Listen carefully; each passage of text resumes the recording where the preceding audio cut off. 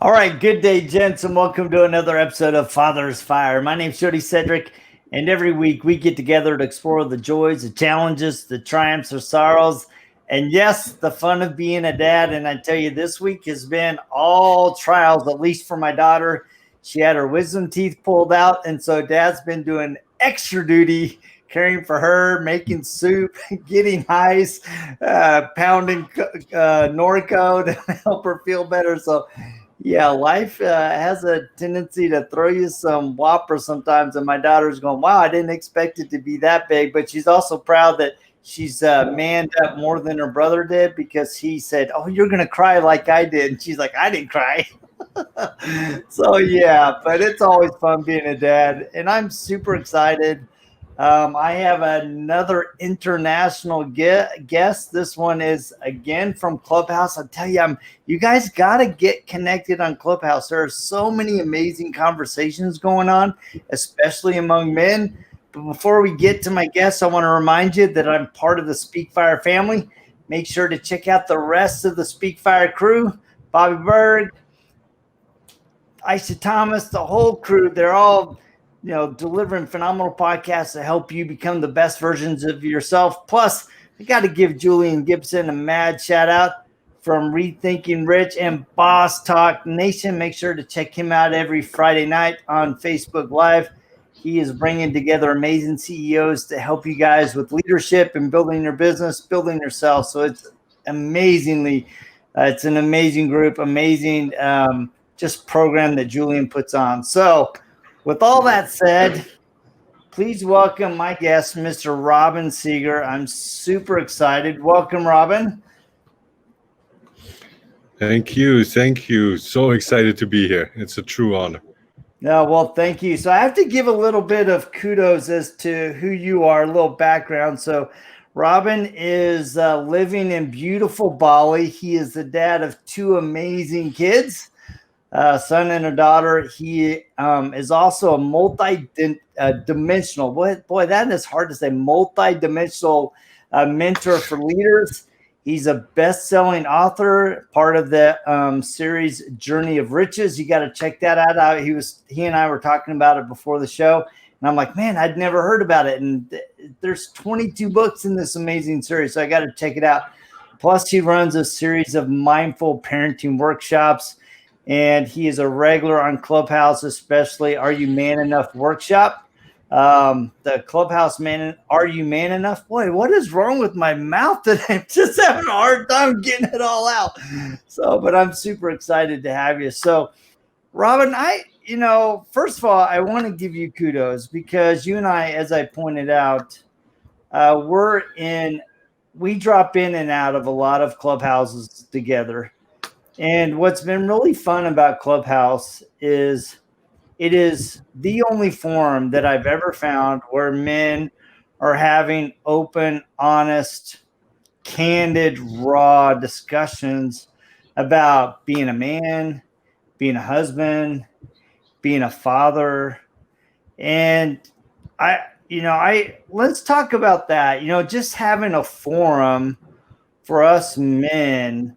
What kind of power is that giving for you, and how do you see that it being so critically important for us men? It's really interesting, because for me, can you hear me? Something just stopped. Yeah, I can hear you. All right. So for me, this is a huge platform. I have been facilitating men's circles here in Bali for a couple of years now. And life was very important to me to really have up to 30, 40 men every week in a group, and having a space to share with men, coming together from all walks of life. I think my youngest one was 17. My oldest one was 82. And it really grew into this amazing community. And then when the pandemic hit, the tourists fell away and we weren't allowed to come together as much anymore. And one of my dreams was, I took it online, but it was different. And one of my dreams always was that it's not just men, that we actually bring men and women together into a space. And Clubhouse made that dream true. I can't say it any differently. It really created the same kind of space that if it is a beautiful, safe space, men will open up. They will go deep. They will share their triumphs just as much as their challenges. They will share some really deep emotional stuff. I had men cry uncontrollably, really feeling what is going on and really allowing themselves to be seen. And the biggest part was that women being in that space didn't change anything. And when I did this in person and when I did this in groups, especially when they meet for the first time, a lot of times when women and men come together, something shifts. There's something that goes on when they look at a woman and they're like, oh, look at me. I know now what to say. And they go back into this inauthentic self, like this mask is back on that is so often used in society.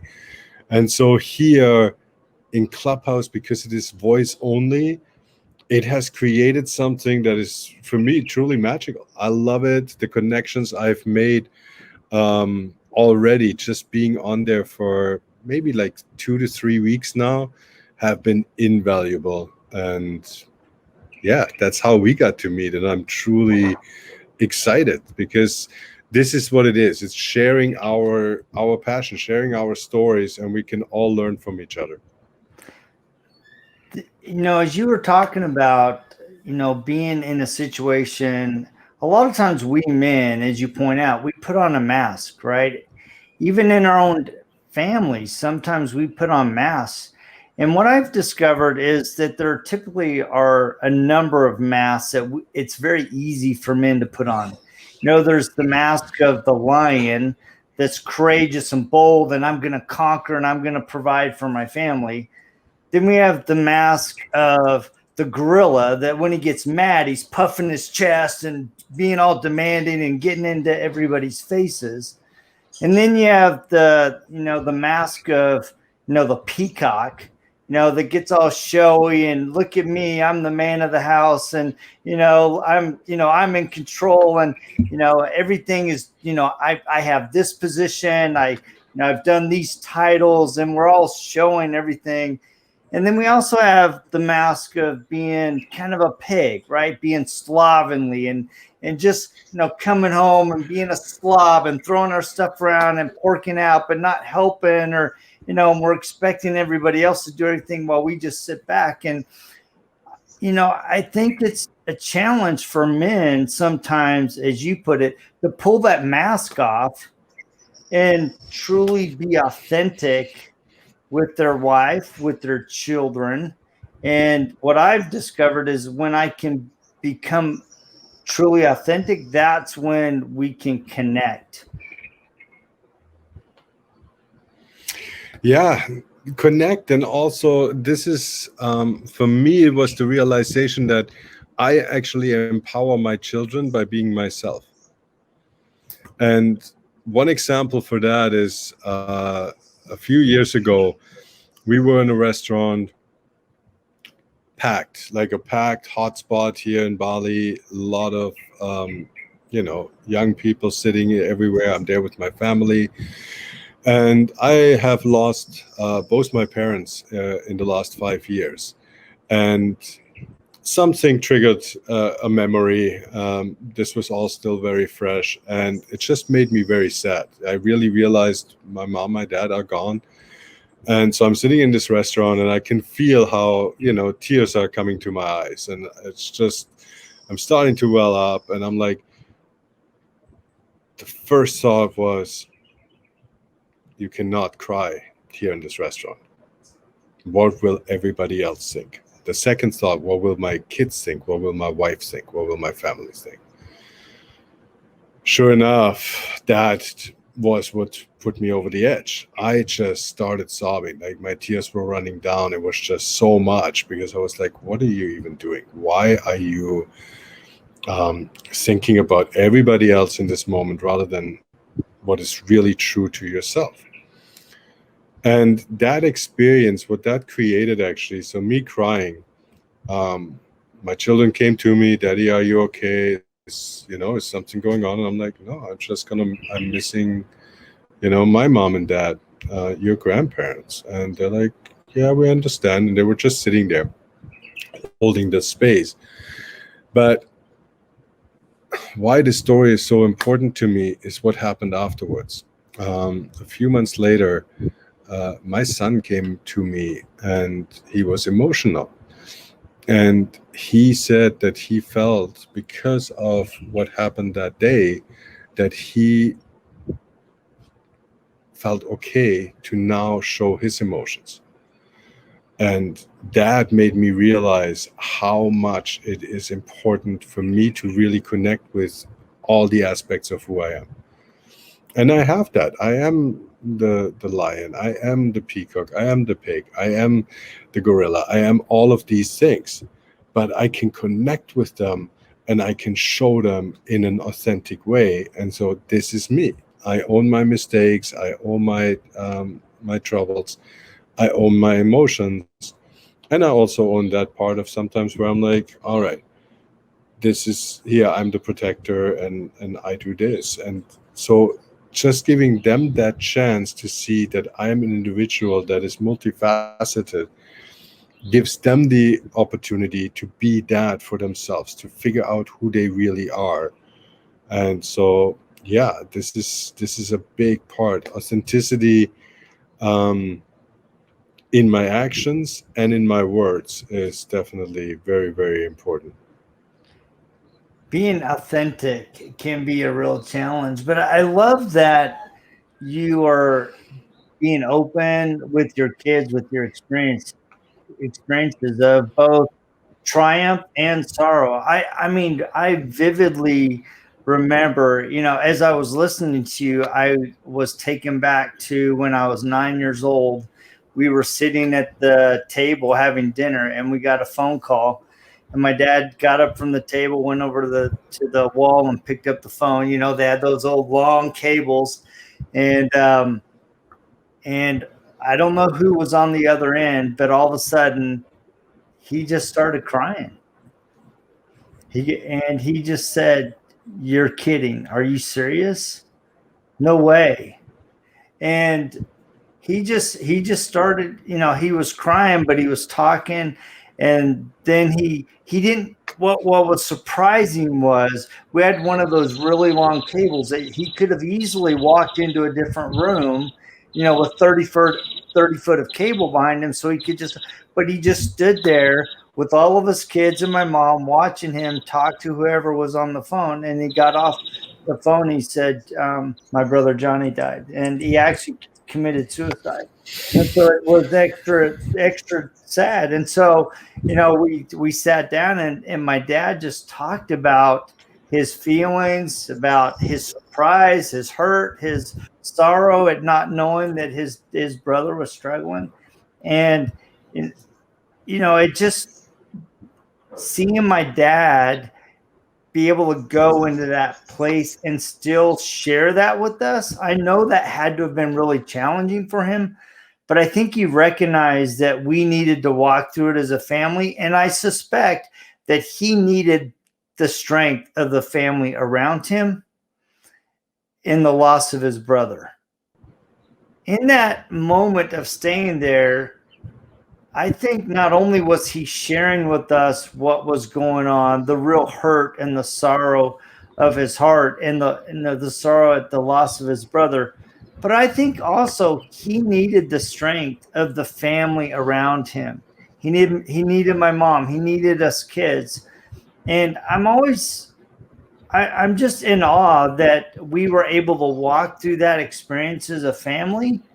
And to see my dad be so vulnerable, to be so hurt, to feel so much loss, and just kind of ask himself, what could I have done more to help my brother? It was really humbling to see that just raw feeling and emotion in my dad as he shared that with him. But I also saw great courage and humility, and just going, you know what? Man, this is a tough thing, but we need to walk it as a family. And it's such a big part. Mental health is such a big topic that is still not talked about enough. And you're just sharing this from a family, but this is what I believe in as a community. Men actually knowing that they're not alone, knowing that they can reach out. And sometimes, like your dad in that moment, that's all we need. We need people to support us, to hold us, to have our back, to just listen. And the what could I have done more came to me a lot of times in my life. I lost one of my best friends to suicide at a young age, and it's like, yeah, what could have done more? But at the end, it's more this: what can I do now? Yeah. What can I change? And that was kind of that what really made my life go this path where, like, how can I stand up? How can I be in service to other men, to other families, to pretty much anybody?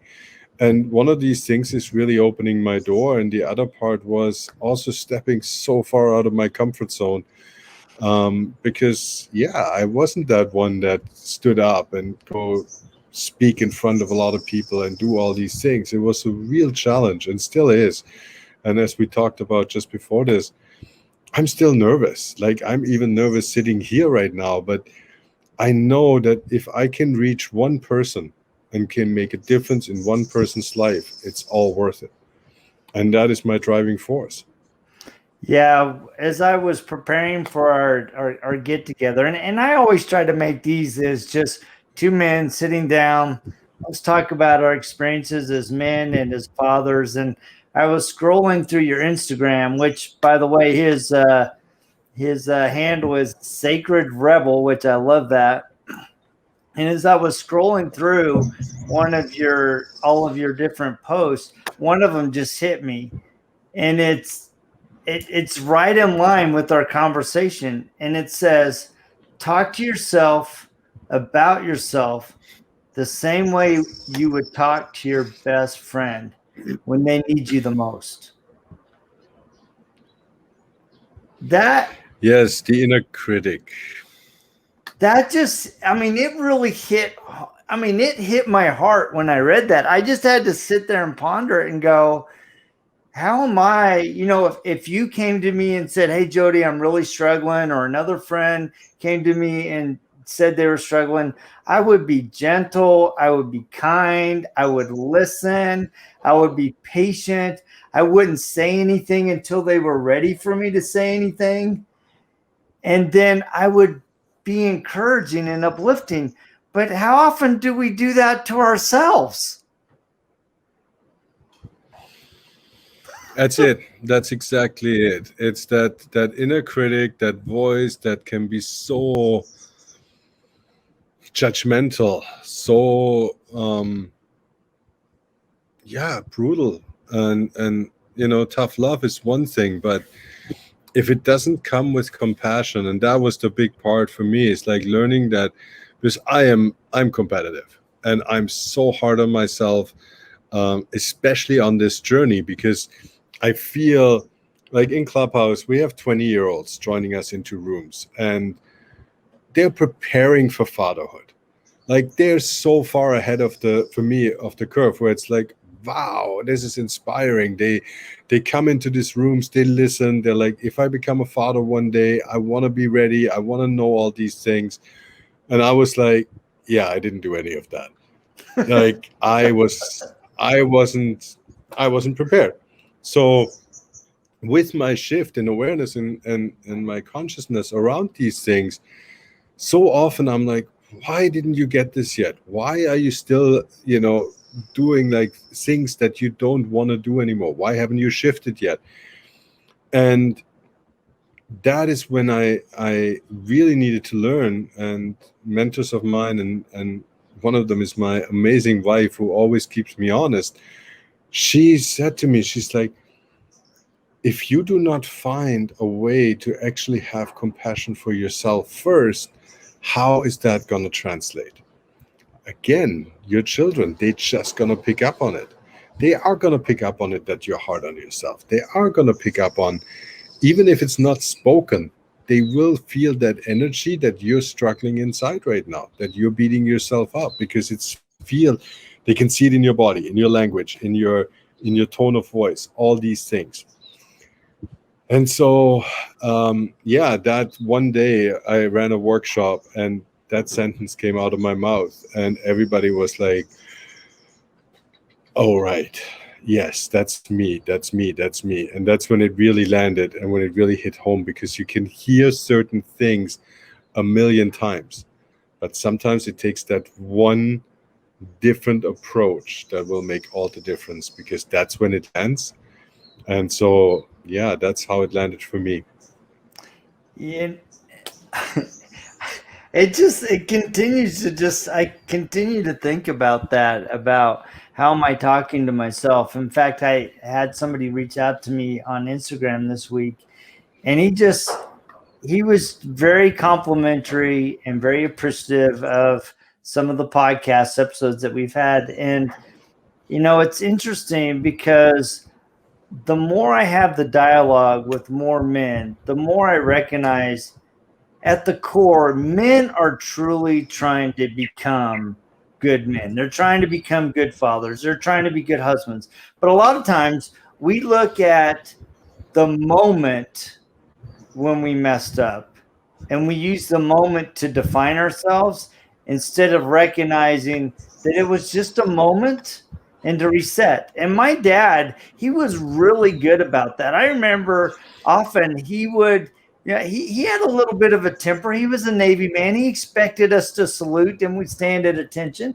And every once in a while he would lose his cool, and then he would storm out of the house and he would be gone for a long time. And then he would come back in, and whether I was asleep or awake, he would come into my room or wherever I was and say, "Hey, son, I want to apologize. I wasn't the best dad I could have been in that moment, but I'm committing to you to be better. And most importantly, I want you to know that I love you and I'm sorry."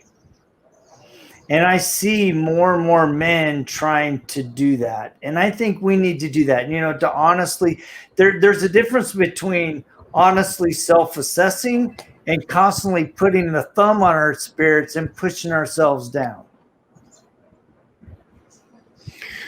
And acknowledging that win when you actually go out and say sorry. And I remember, I do the same thing. I go to my son, I go to my daughter, and I'm like, hey guys, that was not cool. I didn't screw up. I screwed up. And they do the same thing. Like, one of my favorite stories on that is I'm holding a workshop at a school, and that morning, like, everything was short. I was in my head, the topic, I didn't feel fully prepared. I didn't sleep well the night before. Like, there was just not enough space. Something happened. I don't even remember what it was, but it was like, my answer was short. And my son goes like, Daddy, you're running a mindful parenting workshop today, aren't you? And I'm like, yeah. How mindful was that just now? And I'm like, oh, yes, it wasn't mindful at all.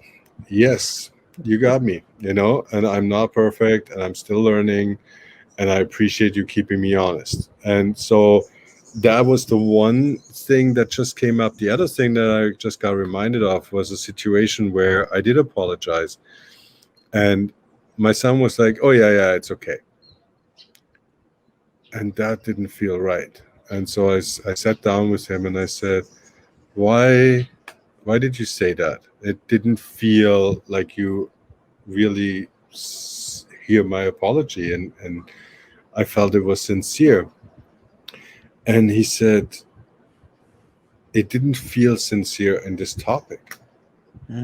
This is something you've talked about a couple times, and something is coming up. And so it opened up this whole conversation around this certain topic, which is a wound that I have from my dad. It's certain traits that I have that are still carrying through my upbringing, and that I'm working on and creating more and more awareness on it. But it made me realize that it didn't feel authentic to him in that moment. And so it's really, I find as a man, it's time to take it a step further. It's not just truly owning it and just going, yes, I'm sorry, and owning my mistakes and owning my shortcomings and all that, but also being aware of what it does in all my relationships. And that is with my wife, that is with my kids, that is with other people I communicate. I'm always trying to feel in how what I'm actually saying is landing. And if I feel it doesn't land right, I'm asking that question. I'm asking another step. I'm asking, what did you hear? What did you just hear me say? And then in that reflection, often I get, oh, I said something in a certain way, but it didn't land and they didn't hear it in the same way. And that is, just a whole other topic around this is really the connection. Like what you said before, I fully agree.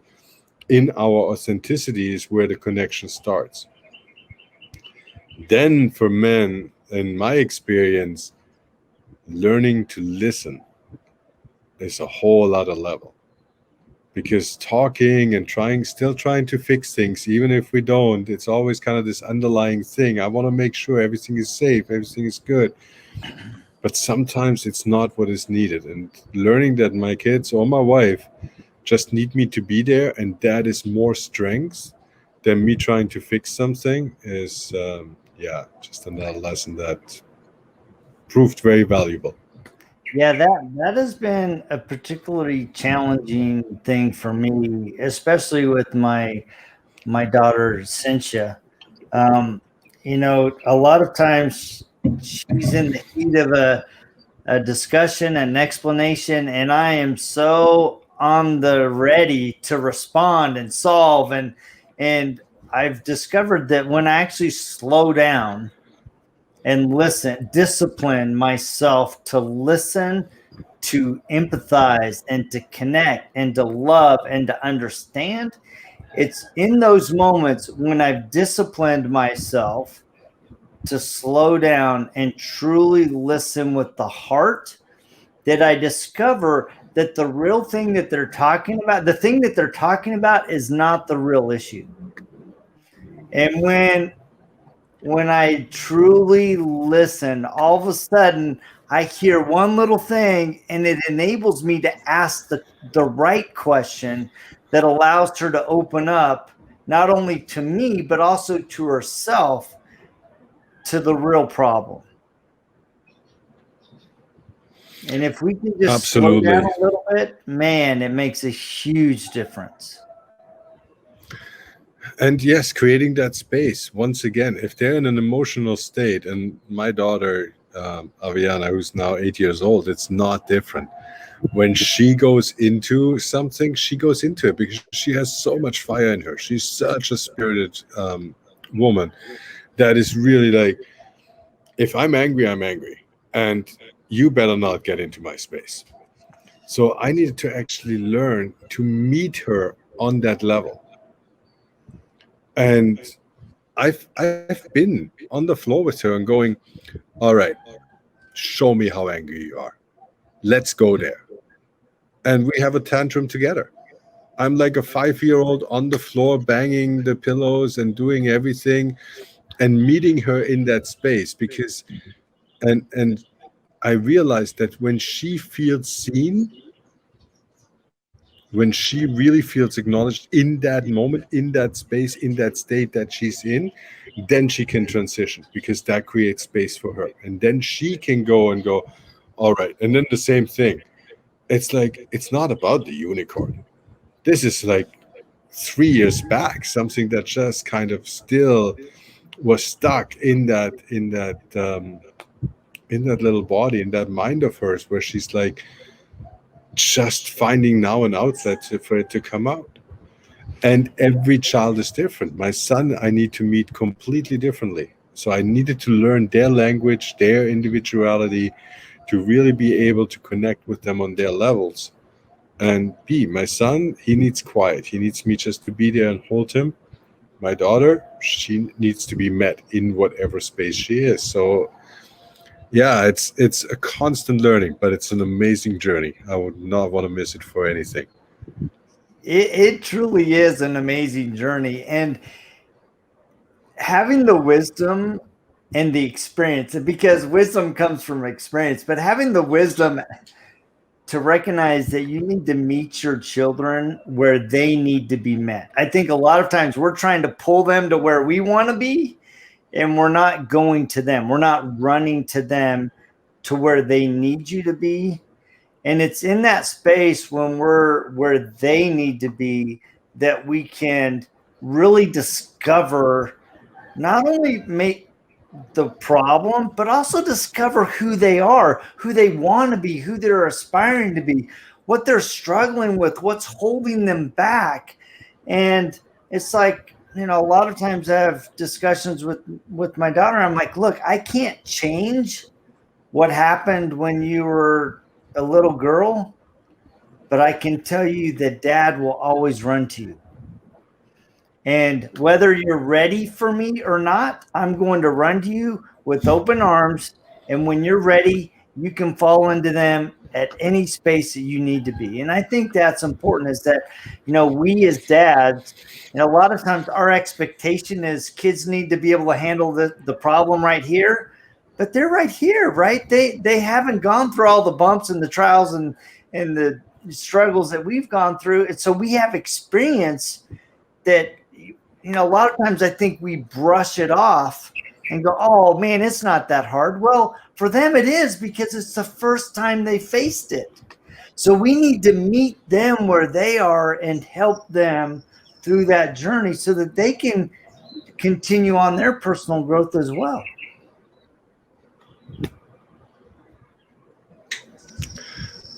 Couldn't agree more.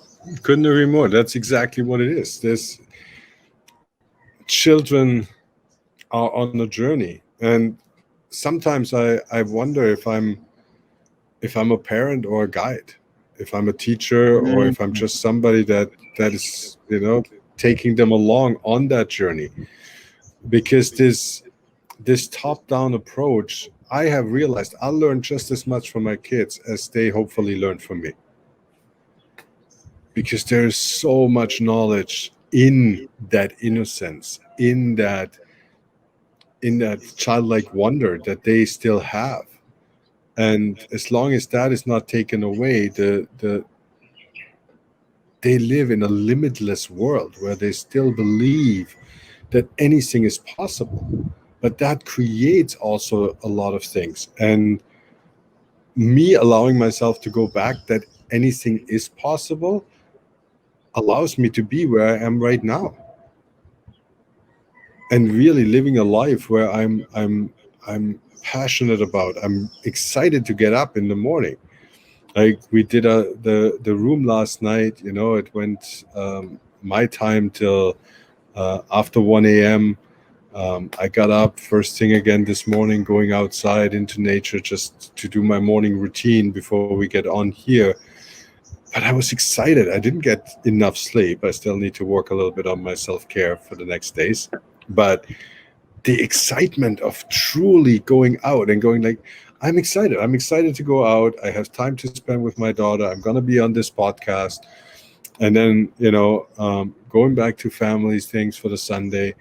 It's amazing to have the opportunity to live a life like this.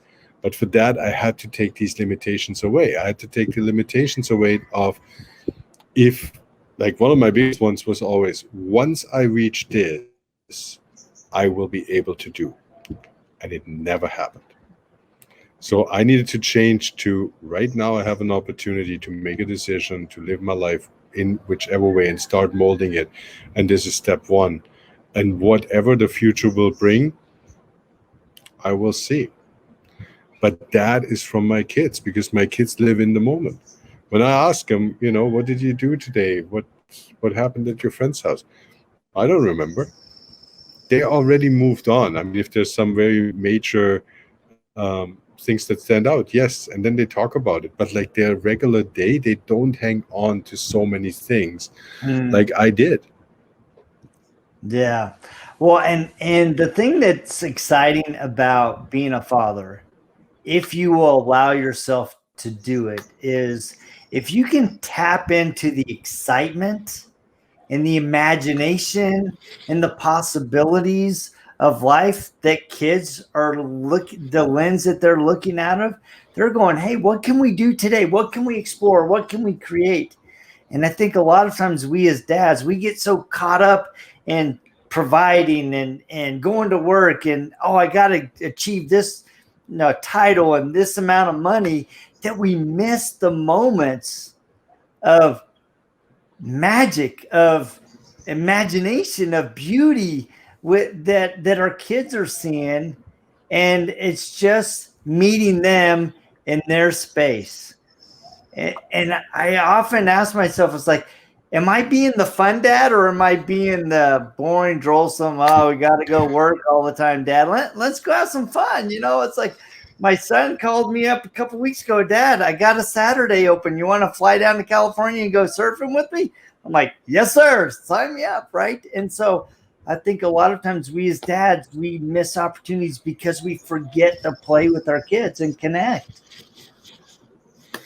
And play is so important. It's one of the things I talk to my clients, literally to every single one, is especially when they're having kids.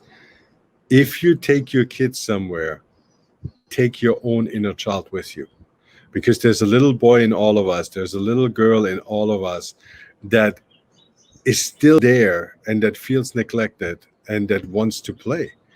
And so I needed to learn to take my 5-year-old, my 8-year-old, my 12-year-old to wherever I go with my children, to really be in that moment and just play and have that fun and not worry, and really learn to take an hour to put the phone away, put the mind away of all these things that I still need to do, my to-do list and my my clients and my challenges and my emails and my messages and all that, and just be there, be in that moment.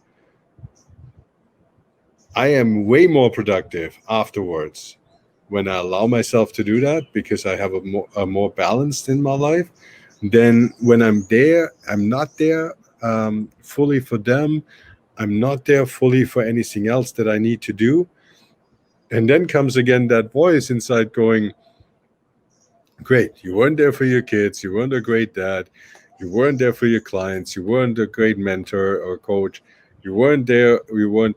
And then it's just a spiral. So really allowing to be fully in any experience and giving oneself permission to do so, it's not an easy thing. It's really something that needs to be cultivated.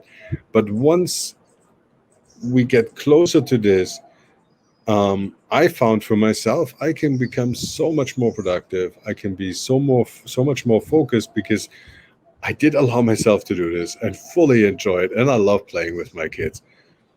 And then I can focus on the other thing, because now I don't beat myself up over, well, you weren't there for your kids or you didn't have this.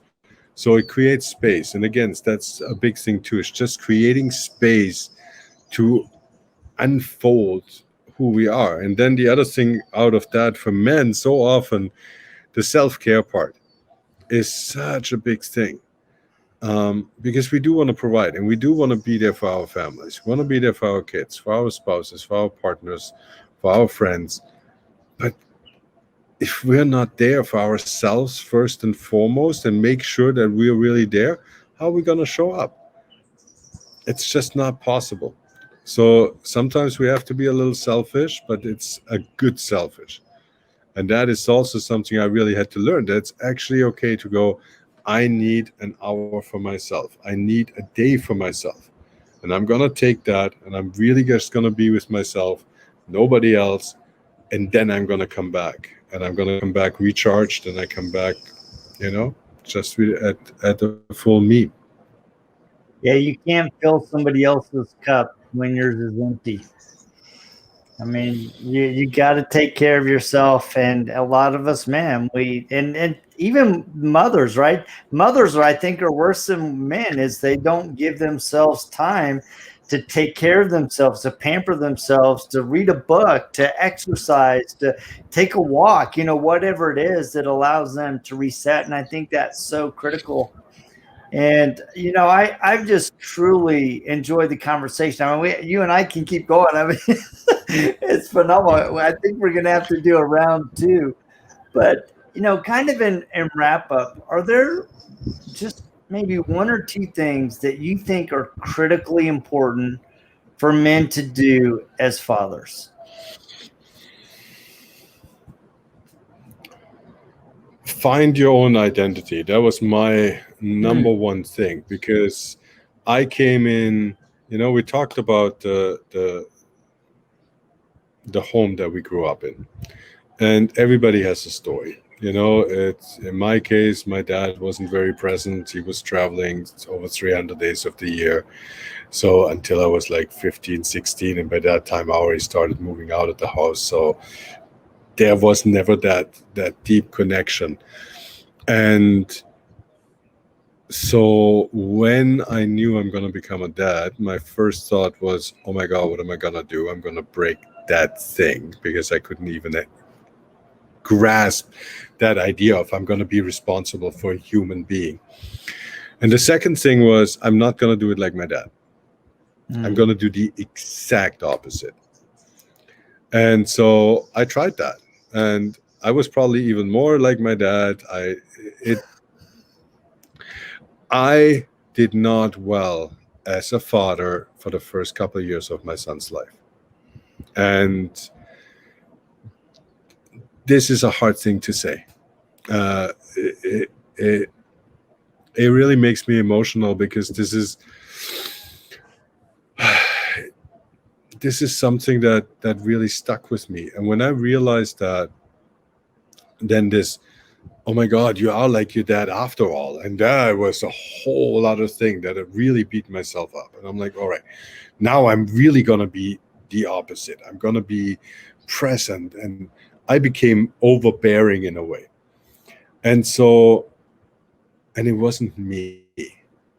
And that is that journey that I needed to go on. I needed to find who I am as Robin, as a man, as a husband, as a father, as a human. And then out of that, develop what my idea of parenting is. And really what that was just showing up as the unconditional me that I can be, with my flaws, with my strengths, with everything else, and be present in that moment. And yeah, letting go of all the books, all the and this is why this is so important. Like these kind of conversations, I'm not here to tell anybody do it this way. But if there is somebody sitting there and going, that makes sense, that would work for me, that is what I want. I want people to think on their own and pick the nuggets from people that walked a similar path. I always use the analogy of, I feel like we're all in a tunnel. The only difference is that I have a flashlight and I'm able to walk next to you with that flashlight and, show a little bit, because I've already been there. I've already gone through certain tribunals and challenges in my life, and I'm happy to share them. But I'm also happy to listen, and a 20-year-old can give me just as much value as an 80-year-old. I love sitting with elders. I love sitting with that knowledge, and just connect. Find like-minded people that can support you, that can listen. That is things that really helped me. Find ways to open up to men. A huge thing, to just really understand what it actually takes to be vulnerable with another man. And the last one, when we talked about the cup, it's the cup will never be filled from the outside. It's not your partner's job. It's not your kid's job. It's not your parents' job to fill your cup. Yeah. That is not, and we're not, it's not our job to fill their cup either. It's just, we're all in this life. I feel like we're the icing on the top. If we can lift each other's up, that's great. But the cup, that is our own responsibility. No, I love that. Well, I want to thank you for taking the past 46 minutes. I mean, we've had just an amazing conversation. I want to thank you for that, and be respectful of your time. Thank you to your wife for allowing you and I to visit this morning. For those of you that are listening, please make sure to check him out on Instagram. He's at Sacred Rebel. Are there other ways to connect with you? Because I know we have Clubhouse. Are You Man Enough? That is every Monday through Saturday at 9 a.m. Central Time. It's a phenomenal group, so I invite you guys to come join us. And even if you can't make it every day, just drop in and listen. You don't have to get on stage. Just listening and hearing other men's stories is uplifting in itself. So are there other ways that men can connect with you, Robin? Absolutely. Robin at robinseeger.com. If you want to send me an email, robinseeger.com is the website that I'm just working on. It's not fully functional, but there's a way to connect with me. Facebook, same thing. But yeah, I think that's the easiest. Just email, Instagram, or find me on Clubhouse. Like, it's a phenomenal platform that allowed me to be here in this moment. And I just once again want to say thank you. Like, it's been fun. Such a pleasure chatting with you this morning, and would love to do this in a part 2 anytime. Yeah, we definitely, because I have a bunch of more questions for you. And that's the thing I love about these conversations. I mean, the whole purpose of Father's Fire is to get, the perspective of other men, get us talking about our experiences as fathers, as husbands, with the intent to, share a nugget that hopefully will touch your heart. I want to thank you, men, for joining me every week. Please make sure to like, subscribe, and share. And also, I want to let you guys know I've finished my first book. It's in the rough draft. It's being reviewed. So hopefully I will have that in time for a Father's Day release. It's called Learning to Dance with Life's Currents When You Feel Like Drowning. So I'm really, really excited. So thank you guys for joining us. And we will check you same time, same bat channel right here on Father's Fire. See ya.